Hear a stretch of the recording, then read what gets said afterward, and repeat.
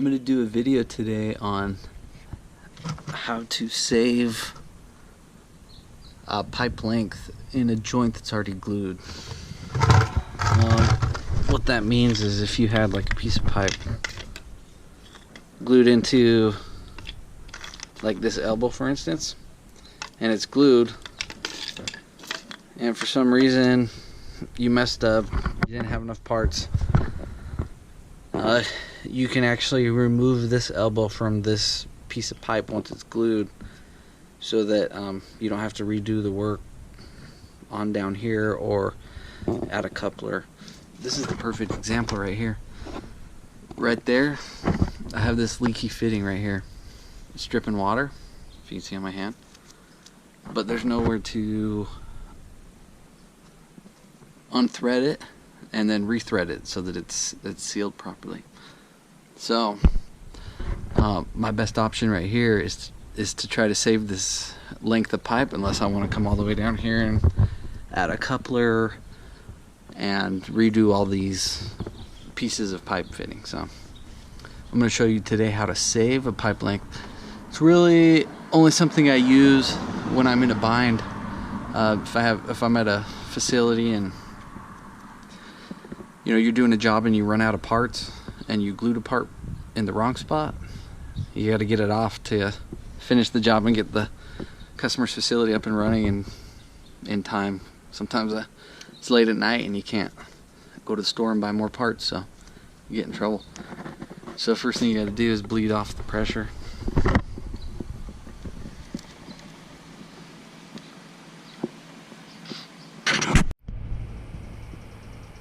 Alright, once you get the pressure bled off, then you can start cutting. What I'm going to do right here is I'm going to try to cut exactly where the end of the pipe ends into the fitting, and it should end somewhere right around in here. You could come down here as far as where the threads start to start cutting as well. So I'm going to start cutting about right there.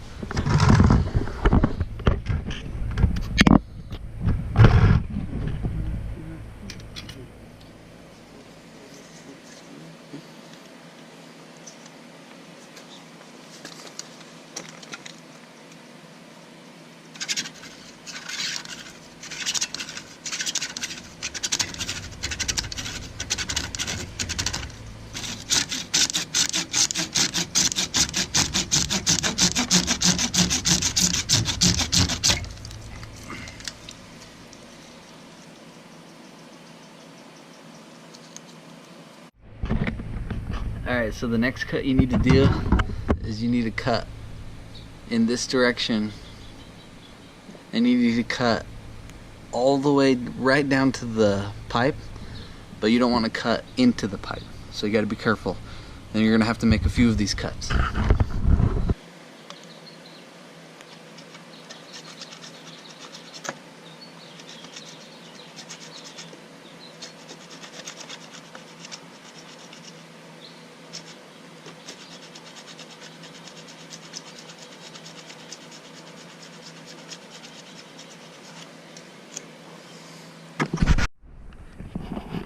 Alright, I cut my channels into the pipe fitting. Just took my saw blade and made a channel nice and deep right down to the pipe, and I did it in 2 locations right there.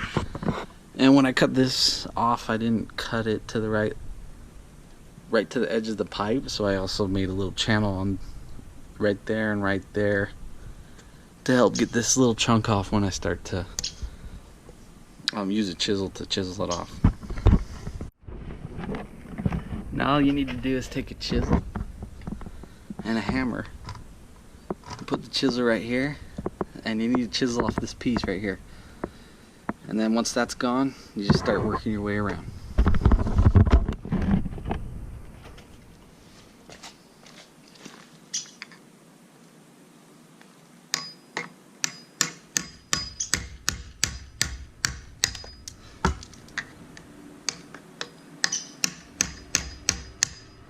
See, there you go. I took off a nice section right there. There's still going to be little shards, but we'll clean those up once we get the majority of it off. And this one isn't as easy because I'm doing it while it's in place, but if you ever get one you can just take completely off and work on a workbench, it's much easier.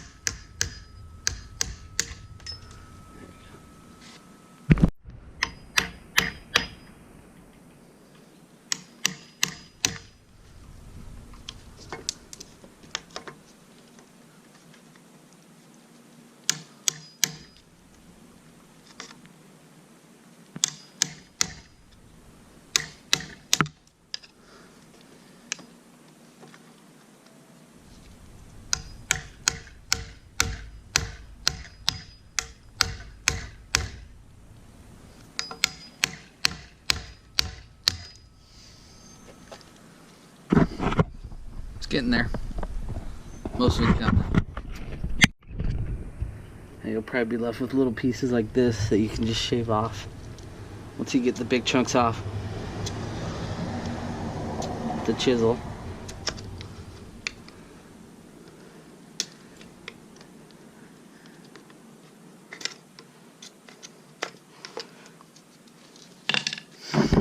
Once you're done, pretty much you're left with the original pipe diameter. So you're going to want to get off all the little bookers, and sometimes if you have it available, just use a little bit of sandpaper, smooth it all out, get all the jagged stuff off. Alright, now that I'm done cleaning this piece of pipe up, getting it back to its original length and diameter, I did go a little bit too deep on one of my chisels. You want to avoid that, but we'll try to make up with it for it when we glue the joint. We'll use a lot of glue, but I just got to remove this nipple.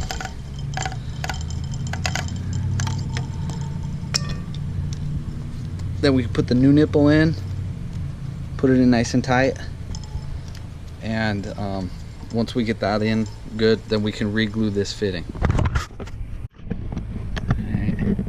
You're just going to want to try to clean up your fitting a little bit. Get out any little, pieces of hard water buildup or old Teflon tape, any sealant that plumbers have used. Anyway, try to get that out. Then with, when you're going to screw plastic into metal, like this, I'll generally do about, 5 to 6 wraps around the nipple with the thread tape. If you're screwing metal into plastic, it's a different story. You can't use as many wraps because you'll split the plastic fitting.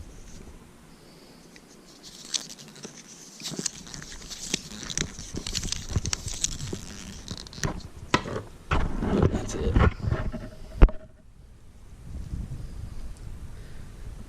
You're going to come over here and just screw it in. Try to get it nice and tight. I'll definitely use a wrench to crank down on it. Alright, now that I got that fitting in, I just need to prime both pieces up really well, especially the one that we just cut out. Got to clean that one up and good so that the glue can hopefully seal real nicely to it.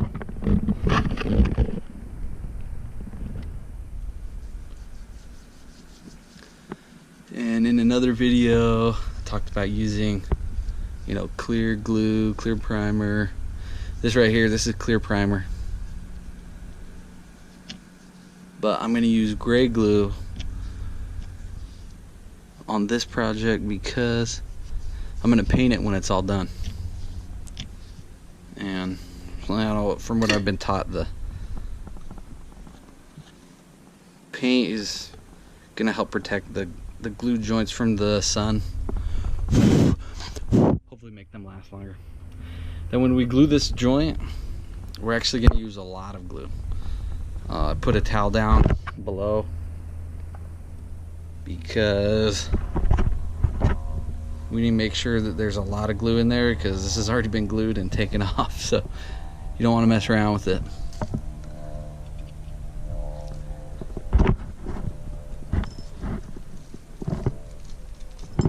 There you go.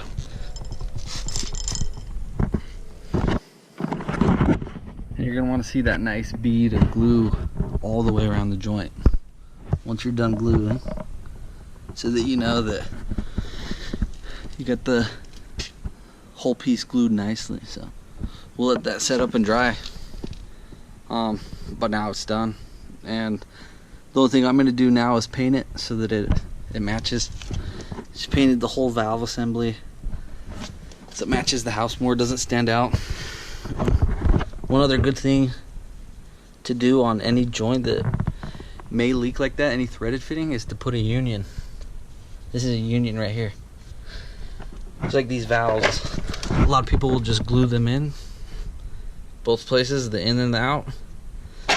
I like to put unions so that if a valve goes bad, all I have to do is unscrew 2 unions, undo the electrical, and then you can replace the valve in a few minutes instead of cutting and gluing and adding couplers, and it's a lot of extra work.